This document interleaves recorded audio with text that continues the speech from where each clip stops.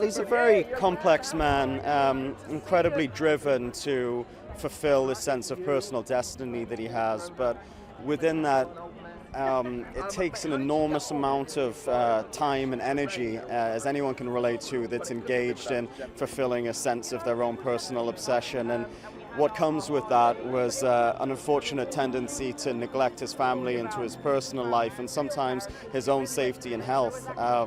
So that was an interesting thing that I was interested in exploring. And then the other side of one of the big themes of this film, one of the big driving motivations of Fawcett, was this sense that he felt really oppressed and marginalized by society.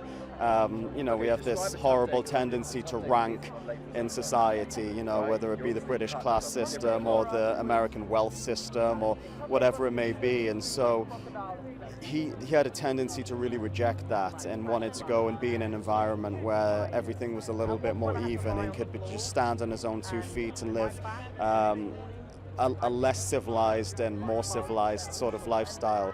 And we talked about that a lot while we were making the film, and that was 18 months ago we wrapped. And obviously with the things that have been going on in the world in the last 18 months and the politics of America and France and England, it seems even more relevant than even when we were making the film. When you have a story with such a magnetic main character and someone who goes to the jungle and fights in World War I, and there's an epic scope to his life, and that's a beautiful thing. Yeah, I was, part of me loved it because we got to shoot in such a beautiful place. But you realize pretty quickly that you are the invader, a world really taken over by insects and animals, and humans are the invaders. So it got a bit troublesome being sort of feeding time for all the mosquitoes. It's funny. Unfortunately, I don't think very much has changed. That's part of why I found the story interesting, because when we make a movie that takes place in the past, we're not only talking about the past, we're making a comment on the present.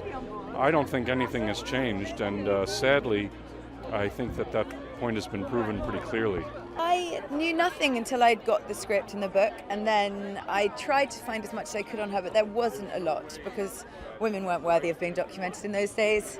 But she was a suffragette and a mother and an amazing, amazing woman, and I really love her. Well, it's a very different world. Women are more emancipated, still not as far as they should be in my opinion. Certainly where we live, they are. But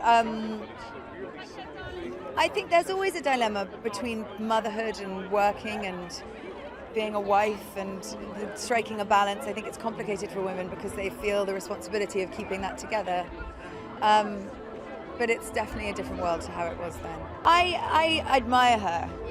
I admire certain qualities that I would like to develop more in myself. I can relate to aspects. She's very modern. She's awesome. She's better than I am, but then hopefully she'll rub off. It is so Percy Fawcett, who's the main explorer and has the kind of the plan. I'm his aide-de-camp. I went with him on pretty much every single mission he went on in his life, and just showed a lot of loyalty to him. And yeah, that's kind of just basically his right-hand man. So the film is set in a time where white colonialism was social. How can we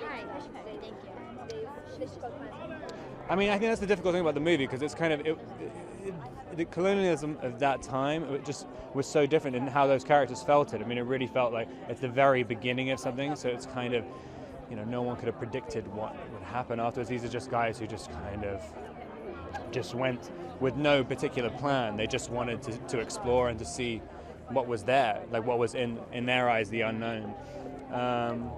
So it's a difficult line to cross when a difficult path to walk when you're making the movie, because it's kind of the contemporary idea of it. It's very different. It's beautiful. I mean, one of the most beautiful countries I've ever been to. It was like the rainy season and stuff. But I mean, if you get to stay in your swimming trunks every single day for 2 months and you go on a boat to work, I mean, it's pretty amazing.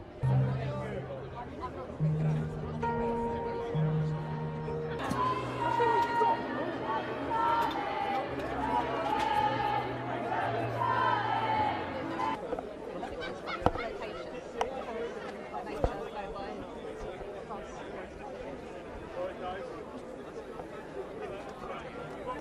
I was thinking that's not feasible. Got no choice, is she?